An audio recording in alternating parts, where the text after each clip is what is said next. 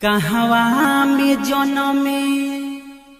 देखी भैया, ये हनुमान जी के दरबार में हमार बड़ भैया आदरणीय नागेंद्र व्यास जी के तरफ से सोहर गावे के आदेश आइल बा।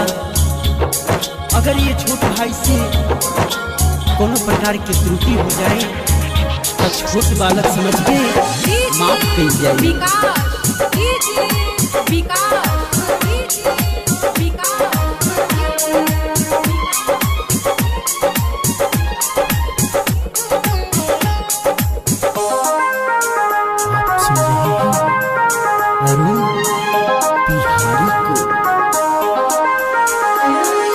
कहवा में जनमे श्री राम की कहवा में कन्हैया जी जनमे है।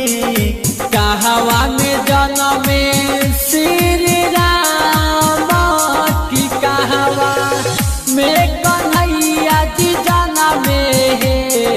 कहवा में जनमे श्री राम की कहवा में कन्हैया जी जनमे है। कहवा में जनमे श्री राम की कहवा में कन्हैया जी जनमे है। हे लाला ना कहवा में जनमे हनुमान की तीनों घरवा सोहर होला है। हे लाला ना कहवा में जनमे हनुमान की तीनों घरवा सोहर होला है।